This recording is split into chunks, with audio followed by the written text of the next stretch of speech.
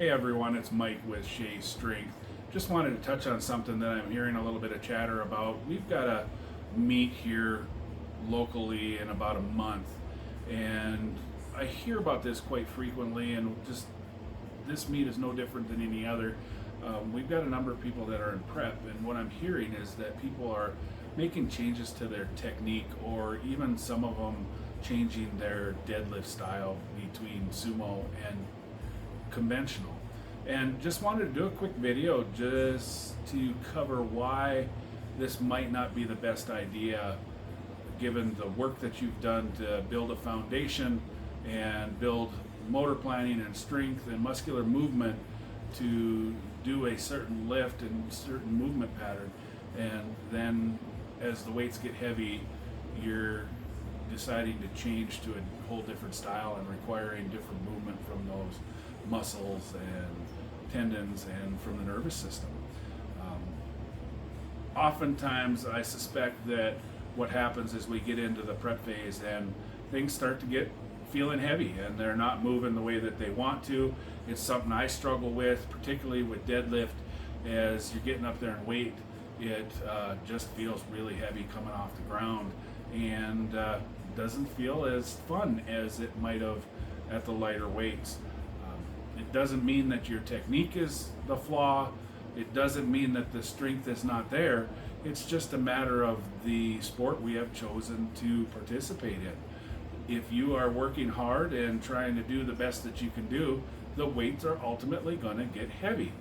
Whether you're a beginner lifter and just putting one plate on each end of the bar to somebody that is deadlifting 500-600 pounds, it's gonna feel heavy. That's what we're testing, is our strength. So I wrote some stuff up on the whiteboard, and I'll kind of go through that with you and further explain why I don't think making changes during the prep period is a good idea. Now, I will say that minor changes you might be able to get away with, but definitely not major changes such as switching from sumo to conventional or conventional to sumo. So let's get into that. All right, so what I want to do today is go over a very basic idea of how we build our bodies in a systematic way in order to perform our best once we get to the platform. So first thing that we're going to do is we're going to start to build a foundation. We need to build that brick wall that we want to stand on when we start to get more serious about our strength and our performance for whether it's a PR, whether it's a state record, national record, world record, whatever it is that you're trying to do when you get to that platform.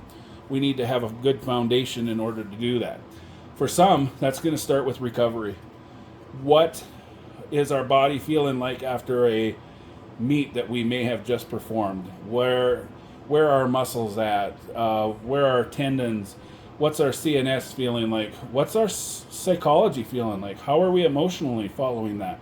Those are things we want to pay attention to immediately after the meet. Maybe it's go out and do something totally different so that we kind of reset our brain a little bit and feel better going back into the gym before we really hit the gym hard. After that, what I like to look at is corrections. What went on during that meet? What went on during the build up to that meet that we need to try and correct? Were there technique flaws? Were there little tweaks here and there that we didn't feel good? And how do we prepare our body to avoid those issues as we move forward into that next meet? Then we start to build. We're building muscle. We're trying to strengthen our tendons, strengthen our bones, and strengthen our technique. What that means is we're building motor plans. And a motor plan is nothing more than a concept in your mind that tells your body how to move. So it's when you're doing a squat, when you're doing a bench, deadlift, there's several muscles that need to work in coordination in order for that movement to happen smoothly and efficiently. And the more that we do the big lifts, the more that we make those movements, the more efficient and the stronger that those motor plans get. So all of that is in that foundation phase, which is going to take you months to really get a strong foundation to move on to the prep phase and get ready for that next meet. Once you move into the prep phase, that's generally weeks to maybe 2 months long. At that point, we've built that foundation, and then what we're trying to do is squeeze that as much strength and performance out of those muscles and that foundation as we possibly can.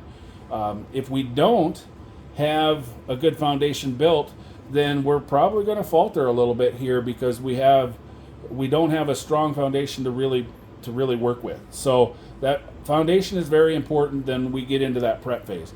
As I spoke early in the video, I talked about people that will oftentimes look to tweak, change their techniques, sometimes even change the style of lift in this prep phase because the weights start moving a little bit slower, they're not moving as well, you don't feel as good when they're moving.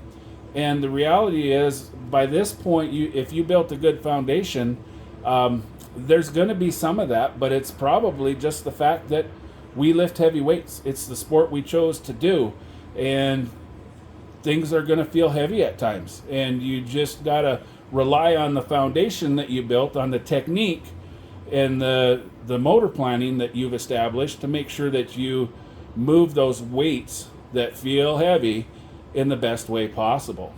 Once we get through that prep phase, here we are, we're at meet day.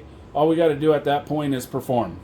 We've got to get over the nerves a little bit because everybody has nerves, doesn't matter how many meets you've done.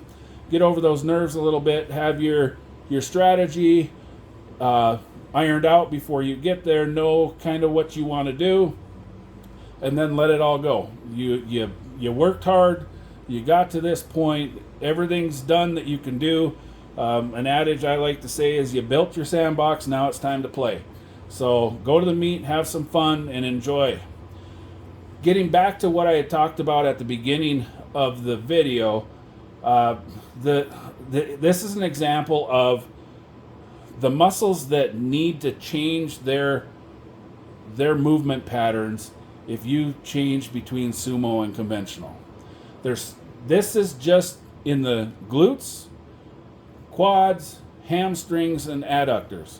There's 13 muscles that are all coordinating to make the movement that you're doing.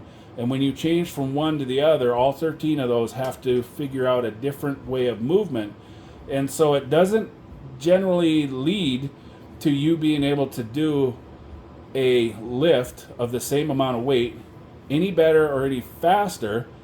It likely will increase your potential for injury, and your strength and performance will likely falter because those muscles have been training a different movement pattern for the last months, weeks, etc. So do people do the change? Yeah. Does it usually end up in a better performance? No. Does it end up in injury? Quite frequently it does, whether it's just a little tweak if you get away with that or something more serious. So build your foundation, do your tweaking at the beginning of that, decide how you're going to be, how you're going to move, and build on it and stick with it through that portion. Build a good foundation, use your prep to squeeze as much strength, performance you can out of those muscles, get you to the meet, and then just have fun. Thank you, and have a good day.